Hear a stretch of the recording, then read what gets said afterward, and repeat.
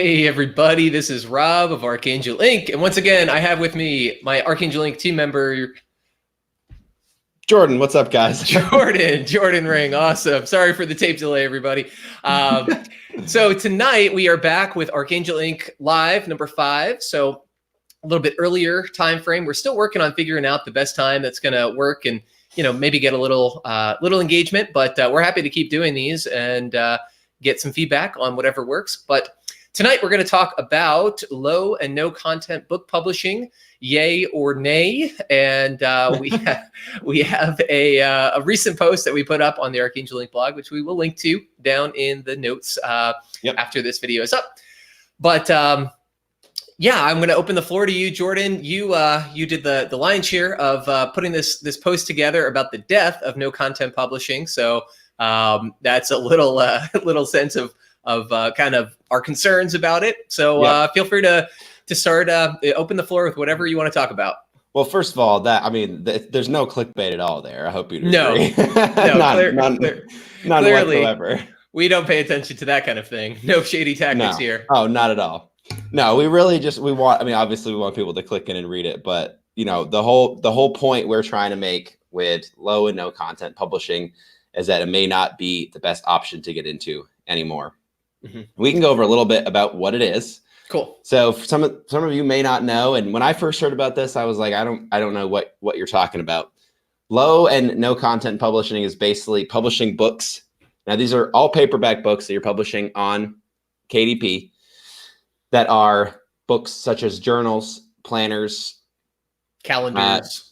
Calendars, any kind of journal under the sun that, there are journals on there that are just blank line journals, and that's all it is. So you develop a fancy cover and then you have an interior that's just blank lines.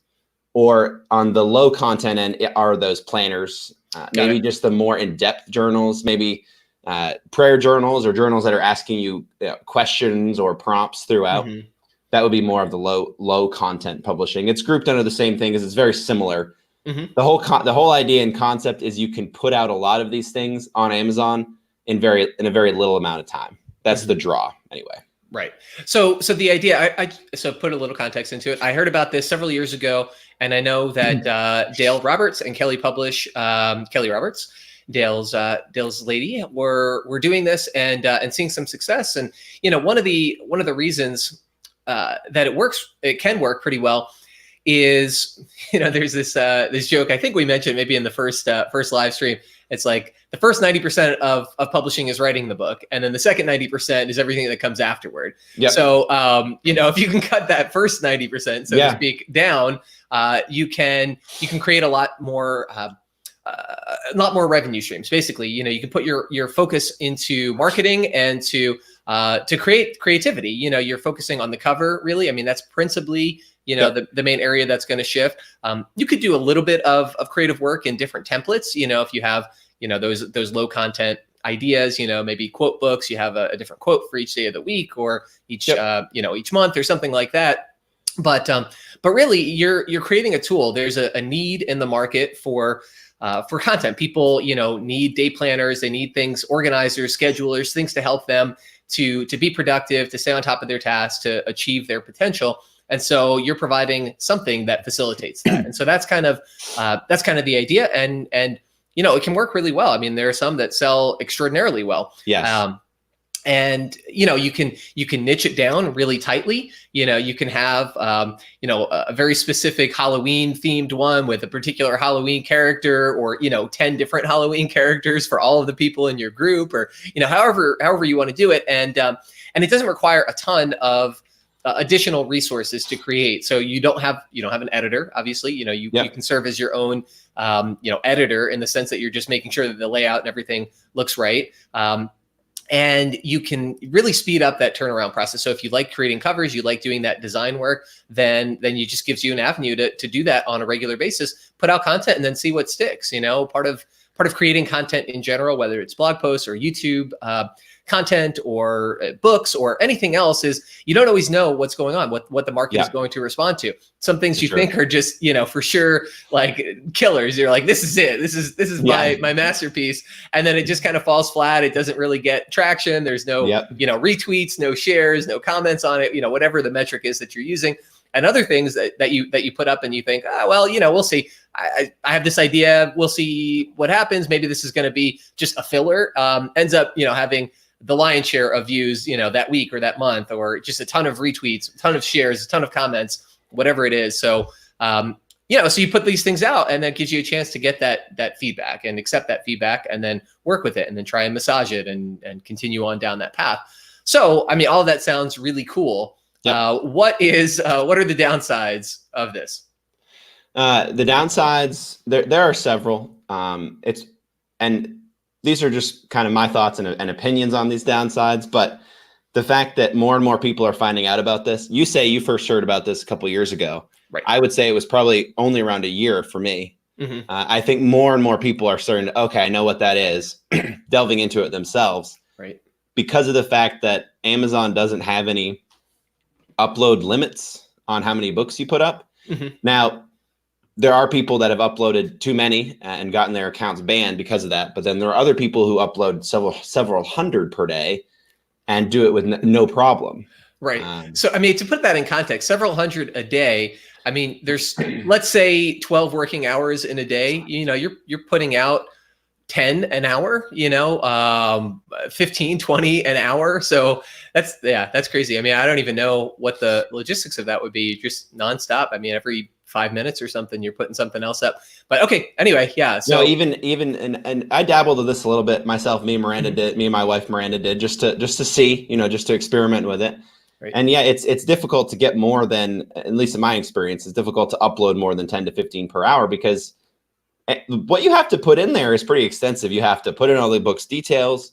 Now you can save time and have templates and copy and paste, but you still have to wait for Amazon to review the file.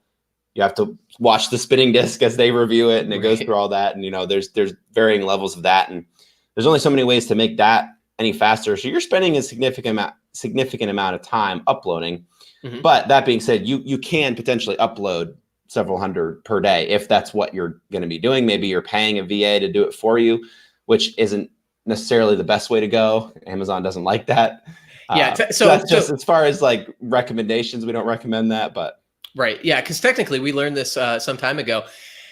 Amazon doesn't look kindly upon, in fact, I think explicitly prohibits people who are not the account holder to upload a title to the account. So I can't go, even if you, Jordan Ring, say, hey, Rob, do me a favor. I'm going to be out all day. I'd like to get this uploaded. Can you take care of that for me? And I say, sure, no problem. You give me your credentials. I log in, I upload it.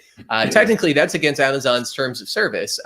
And I imagine it's probably because of liability reasons. If you put something up that is illegal, defamatory, obscene, whatever it is, then you are primarily responsible.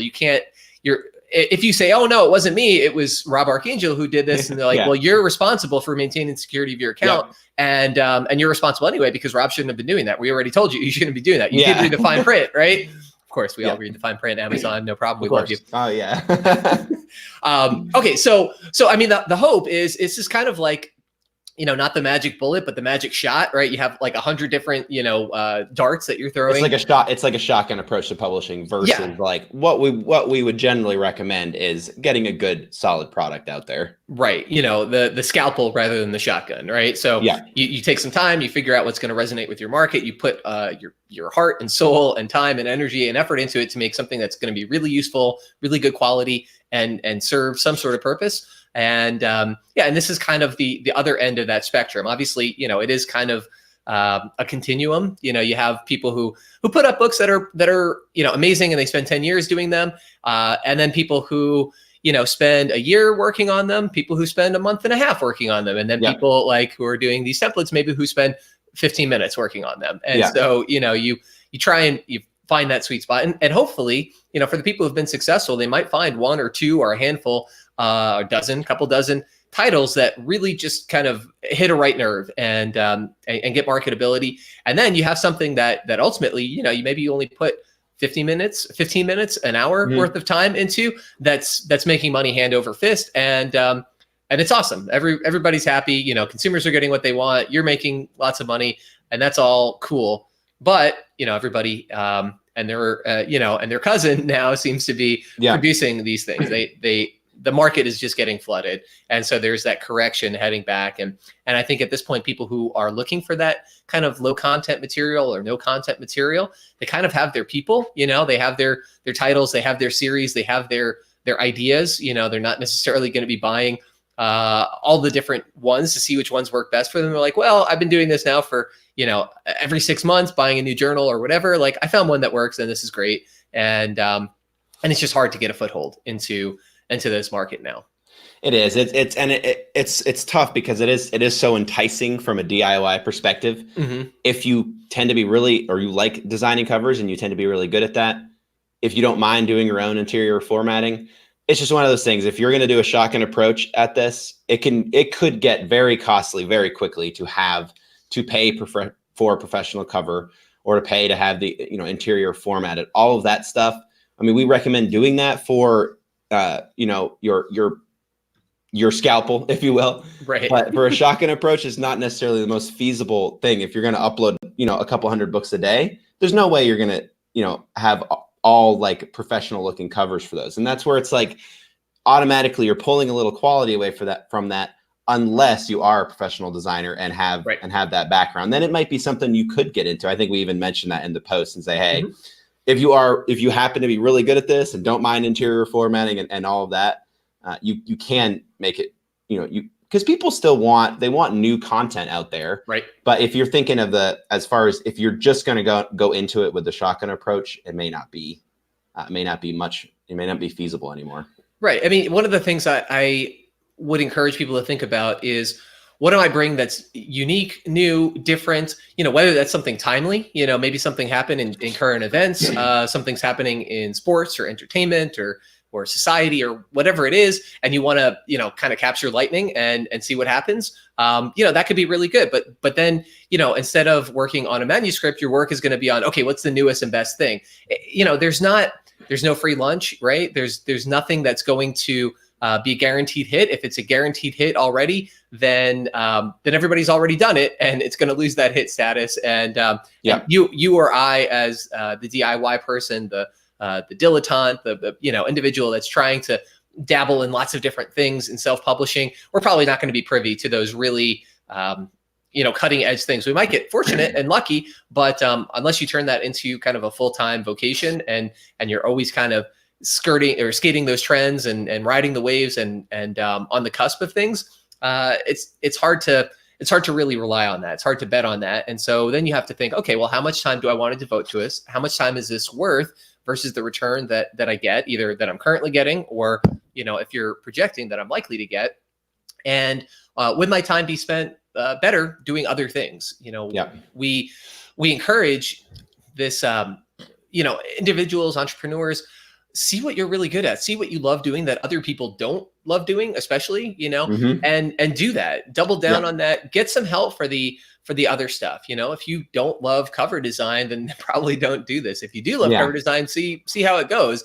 But, you know, if you're putting all of your time into cover design and you're getting $15 a month back, $20 a month back, $100, $200 a month back, even though you're creating, you know, 8 hours a day, and you've got, you know, now 500 titles that you've created covers for, maybe you'd be better off putting a portfolio up and doing client work. You know, you might be able to get, I mean, even if you go on Fiverr and you get $5 for every one of those 500 covers, you know, that's $2,500 versus the, you know, $20 in royalties maybe that you were getting because there's just not a market for it.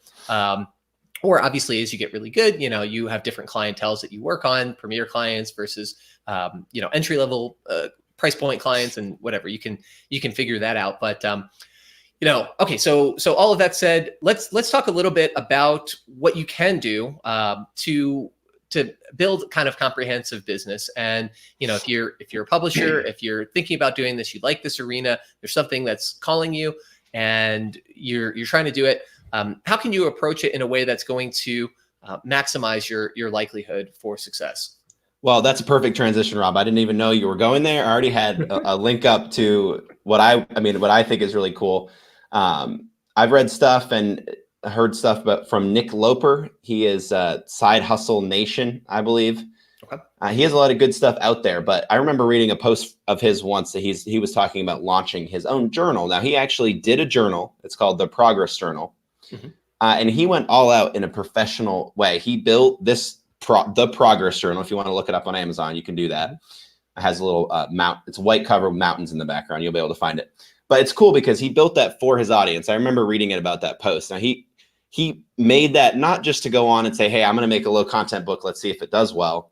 He went on and, he made a product that was audience centric, and it did well. He was able to get reviews for that too. I mean, that's another thing, another potential downside to low content books is you don't have time to gather reviews for that. You don't have time to send advanced review copies for each listing.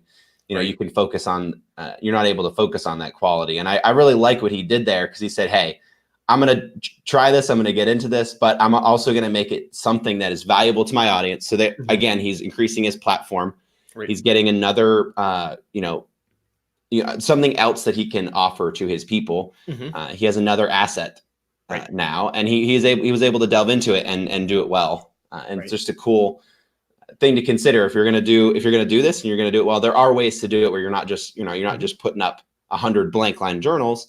Consider making something that's of value to your people. Right. Yeah. So I imagine there are unique things, maybe he has certain phrases or tactics or strategies that he recommends, as you're building your side hustle or something that are facilitated by this. So, and I don't know, I'm not familiar with that one, but I know, for example, there's a productivity planner that I purchased recently. And it's pretty neat. They have a number of different features to it, and they utilize the Pomodoro technique. So they have what are your, so it's the Pomodoro technique, which is basically work for 25 minutes, take a break for 5, and you do those in blocks. Those 30-minute blocks, with the idea that you only have so much mental energy and so much mental focus. So if you can break it into smaller tasks and give yourself planned breaks, then it makes it a little bit easier to accomplish those tasks. If you have a big stack of things, you're like, oh my God, I'm never gonna get through it. Often the challenge is just starting, and it's easier to start if it's a 25-minute block instead of an 8.5-hour block. So it uses, that strategy. And then also the most important things. So like, what are the most important things for the day? Something that if I accomplish these, 1 or 2 or 3 things for the day will have been successful. I'd have made the progress that I'm looking for in terms of my productivity. So, it incorporates a couple of those different things. So it's, in a way, just very intentionally and mindfully designed for the audience that these folks have. And so, having something like that where, for this guy, every time he has a post now and he talks about, okay, so you're building your side hustle, I recommend having a planner to do this. This is going to help you. And you can link it out. You have your affiliate link and you've got that title out there. You have that credibility. You have that prestige. At that point, now he's probably got, a bunch of reviews and, people who have purchased it already. So, all of that, it's just, you're like you said, you're building that asset, and then you have something that you can continue to refer back to and help, as you continually sell to people. The idea is, the adage I've heard or the finding that I've heard is that somebody has to be introduced to your product or service something like 8 times before it even kind of gets through their mind as something they would consider. And so, now you've got this product, every blog post, boom, mention the productivity planner, link to it. Every YouTube, stream, mention that, et cetera. And so you could even use it as a digital version and give it away for free. Right. Make it as a fillable PDF, Right. Exactly. Something like that. It can be, if you do it right, it can be a perfect augmentation of what you already have. Right. Right. So let's talk a little bit about the sort of comprehensive strategy that we've seen work pretty well that, generally we recommend. Obviously, everybody will tailor it to their own particular circumstances and what their strengths are and what they specialize in. But, there's this kind of template that we talk about just to get people thinking in those directions. Would you like to start kind of describing that? Sure, you're talking about building the platform, starting from the base of having something entry level Mm-hmm. for like as a free giveaway. So as you're starting to attract fans, as you're starting to build that platform, you're doing it in a way that, you know, you're sending something free to them. Mm-hmm. And like we mentioned before, if you could make it the journal, that's a fillable PDF, Right. or you set up a thing that other people have done. Normally, I've seen people do this for launches more than like an always kind of thing. Mm-hmm. But you could give the print version of the book away for free, but they would pay shipping or something like that. You could manage that in a way to get, you know, that would be, if people are doing that, I would imagine that would be some high quality leads right from the ground up. Mm-hmm. You know, and then moving from there, once you have that, you're moving to more of the, you know, a low cost, something on your website, maybe that's only available on your website. Mm-hmm. Let's say it's like a $20 PDF of all your best stuff. Right. Now, that's the thing, you want to make it your best stuff so that you're able to sell to them. Mm-hmm. And then once you start to build fans, you move from those initial, because you consider those kind of your warm up, your client warm ups, if you will, right, just to get people to consider buying from you. They feel comfortable with your content already. Right. You want them to think about you as someone that they trust and are willing to part with some of their money for. You're like, you know what, this person's pretty on point. You know, I like them. I like what they say. I want to support them. And, you know, a $20 PDF, that seems pretty reasonable. You know, that's just like a handful of lattes, and I think I'm going to get a lot out of this. So yeah, let's do it.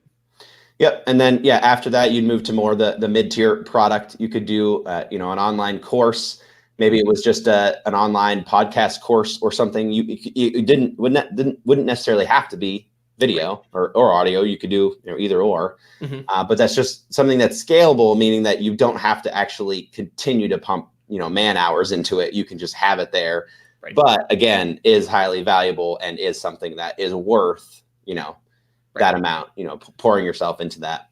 And then, you know, at the end of that, maybe, you know, having more intensive and, you know, more worthwhile as far as, you know, finances go, doing like in-person events or like speaking engagements or something like that. Right. So yeah, the idea with this, and again, we kind of go over it briefly in the blog post, but you want something to capture people, you know, assuming you don't really have a big audience yet, you want to start building that audience, and you have some sort of email opt-in or something to let them know that you're there and that you're speaking their language. There's something that you offer that is going to be meaningful. You know, obviously you're speaking to your audience. You're hopefully at this point have figured out who your audience is and you know where they're at, so you can kind of target it and work it work on building your base. Then the next thing is something, you know, that they're going to pay for, and it's not going to be a huge investment, but it's going to be something. You know, you have to have some sort of buy-in, some sort of commitment from them, and that's going to deepen that relationship. It's going to say, hey, not only do I have this good stuff, but I really know what I'm talking about. I have value to offer. There's, you know, maybe I have like some sort of podcast, and you know, this is going to be awesome for your commute to and from work, or, you know, while you're at the gym or whatever else you're doing, you know, whatever it is, you figure it out. Lots of different ideas and approaches that you can take for it, but something that's going to get them to see you as somebody worth paying money toward. And then, like you mentioned, Jordan, there's going to be something that is a little bit more intensive. So you might have a special seminar. You know, maybe you work in nutrition, and so you have a free opt-in that's, hey, here's an overview to the essential vitamins and minerals that you need to know about, you know, and what you should think about when you're purchasing supplements. And then the next book is, you know, kind of a big picture overview of health. And then the next one is a seminar. Hey, we're gonna go in, you know, for a half hour, an hour, you know, on, or 15, 20 minutes on each of these nutrients, and then, you know, why different dieting strategies work or don't work, and how you can decide which one is right for you. And then, you know, at that next tier, you're going to have in-person consultation, and you could even scale this. You can have mastermind sessions with, you know, 5 or 8 or 10 people at a time. So you're the point person, but you're giving value to 8 people who are paying, you know, a premium or at least a semi-premium price for that time and individual attention. You know, so they're getting some coaching, they have opportunity for feedback, but it's not one-on-one. So you don't have to charge them as much as you would if it's one-on-one. Oh, and then at that tail end, maybe you have speaking engagements. Maybe you're going to go out and do audience events. Maybe you're going to actually, you know, get into party planning or event planning and putting all that together. And that could be another element to your your production, to your business model, if that's your skill set, if that's something that you like to do and want to get into. Obviously there's lots of logistics, and that's a whole other arena to become a specialist in, but maybe you have the background in it, or you have a good contact and you're able to do that in a way that's going to be relatively low stress for you, but put on a great event and allow you to get a decent profit out of it, because ultimately the currency that we don't have, that we can't get back, is our time. So we want to build a base with something that's not going to require a lot of time after that initial investment, and whether that's the free opt-in or the low or even medium tier options. And then as you scale up, you're using more and more of your individual time because there's only so much of that, you can't reproduce it. And so that's where you want to have that premium price point. That's kind of the model that makes sense for folks. Now, there certainly are other authors who do really well, just being sort of anonymous and writing books. And obviously the Stephen Kings of the world are rewarded handsomely for producing amazing books. And that's great. But, it's really hard to get to that point. Obviously it took him a long time. He's authored dozens and dozens of books, and, he's got international acclaim and all of that. He doesn't have to go and do individual coaching. But, for us starting out, trying to build our business, build our expertise, demonstrate our unique talents and capacities, and then find our tribe, then not just having a free PDF or, a $10 ebook that you offer, but having all these other things too, to really captivate your core audience is helpful. So, you don't have to do it all at once. Obviously, we're building this business often on the side. Everything kind of takes time. It's like you're planting a garden, right? You plant a bunch of perennial trees, and then you have to plant your annuals too. You have to do the things right now that are going to feed you this season. But over time, you have those fruit trees and those asparagus bushes and everything else that you don't have to do too much. You might do a little pruning and managing, year to year, but most of the initial effort was in the creation, the planting in this case, or the creation of this content, and then you get to enjoy the benefits, and year over year, it becomes more bountiful as long as you're maintaining it well and continuing to do the great work that you do, because that's, for me, when I'm supporting an author or a creator, I'm thinking, I want to see this book. I want to see what they're doing, but more than that, I want them to keep doing what they're doing. I think it's great that somebody in the world is learning, is exploring, is communicating about this or that topic, and whatever I can do to help, at whatever level I can afford to support, I want to see them continue to do that and make it possible, because if they're not doing it, I think the world is going to be a little bit less rich for it. So, I'm happy to share some of whatever I earn to facilitate them doing their good, creative, productive work. Yep. So all that being said, there's a couple things I wanted to share with that. As far as where, as far as building that platform, really you need to have an email list. Mm-hmm. That's probably, at least for right now, that's a necessity. Mm-hmm. One of the best resources I would recommend for, having the mindset of building an email list as an author is called Ninja Newsletter by Tammy Labreck, I believe. Now, she's a fiction author, but she writes it in such a way that I found it directly applicable to me as an author, and I'm not a fiction author. Mm-hmm. So she really just kind of lays out, the idea of what we're talking about, that you're building a set of fans that are willing to buy stuff from you. Right. Now, secondly, I also want to share a book I'm reading right now that actually pretty much, directly relates to what we're talking about here. It's by Pat Flynn. It's called Superfans. Mm-hmm. And I have not finished this book yet, but I'm already really loving it. Mm-hmm. He talks about the pyramid of fandom, and actually directly relates to the 4 levels we were talking about. At the bottom, he has casual fans that are willing to get something from you for free. They're just like, hey, I'll download that, see what I think of Jordan, see if his stuff's any good. Mm-hmm. Then he goes to the active. Maybe that's the people that, maybe they're more active in your community, but they're also willing to spend $10-$20 and say, okay, I want to dive a little deeper, and I want to connect with that. Right. And then he lists the 3rd level as connected. Mm-hmm. Those are the folks that, they're not only reading your stuff, but they're connected with you. They're connected with, maybe they're commenting on your blog posts, and maybe they're sharing your stuff to other people too. They're almost at that point. Of course, at the end is the super fan. Right. The super fan is the one that is going to be in your mastermind groups. They're the ones that are going to maybe it's a company paying for your speaking engagement. Maybe it's one person from that company saying, oh yeah, I know Jordan. I've been following him for years. Let me, I can vouch for him. Like as a company, let's bring him in, pay him whatever he wants. Right. So they become your emissaries for an even broader reach. They take what you're doing and then kind of disperse it amongst their networks as well. So that's another way of thinking about that whole process. And there's obviously a lot to that. There's different, there's details surrounding every one of those. But if you want a good intro to an author newsletter, definitely check out that Ninja newsletter. And we'll try to remember to link to that in the thing in the bottom of this video. And then also that Superfans by Pat Flynn. Pat Flynn's been doing online business for years now. He's one of the most successful passive income people out there. He has a lot of good stuff. He cares about his fans. Definitely recommend pretty much anything from him over there. Smartpassiveincome.com is where he comes from. Okay, right on. Sweet. Yeah. Okay. So the idea, and that's awesome. And I'm glad that there's a very direct analog there, because this model that, we described and have been kind of tossing around is, been out there, I would say, for the last several years. When I first started getting into this business, we realized that not everybody made a killing doing direct book sales. Or through book sales alone, I should say, whether they're direct or through an intermediary like Amazon. But we thought, okay, well, what do we do?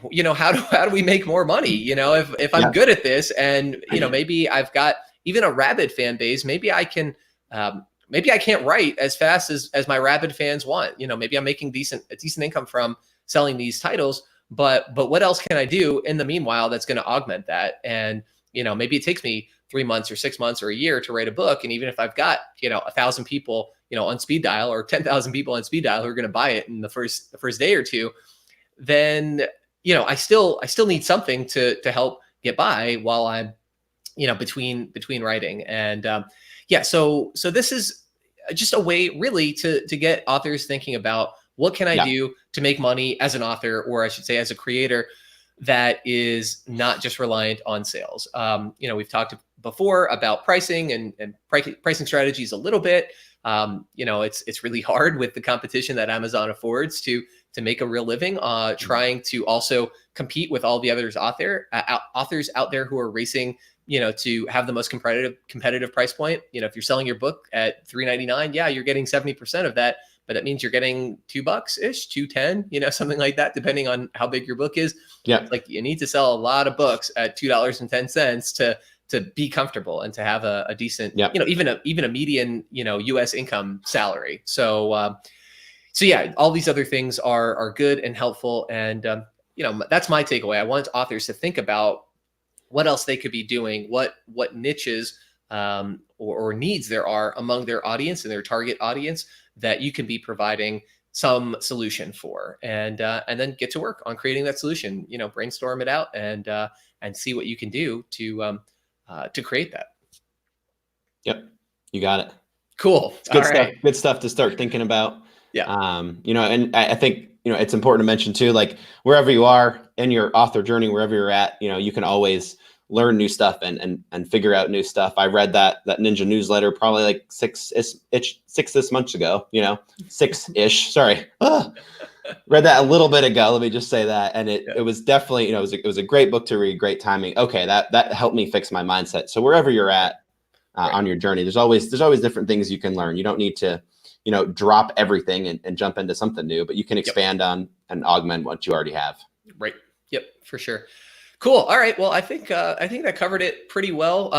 We can wrap up. So low content, no content books, which we started off talking about, can be good, but a lot of people are in that market. It's kind of flooded, and it may not be the best use of your time and energy from a return on investment standpoint at this stage, especially if you're not someone who just really loves doing design work. If you do, that could be a great outlet. Just be mindful and be willing to accept, the actually generating an income. And if it's not producing the sort of results that you want, don't go down on a sinking ship for no reason. So, anyway, but if you are doing that, think about what else you could be doing with your business aside from creating content and, or creating publications even, and see what you can build around that so that people know, who know, like, and trust you will have multiple avenues to support you and to gain value from you. Yep. Cool. Awesome. All right. I think that's it for now. Next week we'll be back once again. So folks, if you have thoughts, comments, questions, leave it down below. We'll do our best to address those. Definitely like, share, subscribe, all of that good, important stuff for us video content creators. And thanks for watching. Jordan, thanks for joining. Did you have any other words before we wrap up here? Not a problem. We just appreciate you guys stopping by. Have a good one. All right. Awesome. Have a good one, everybody.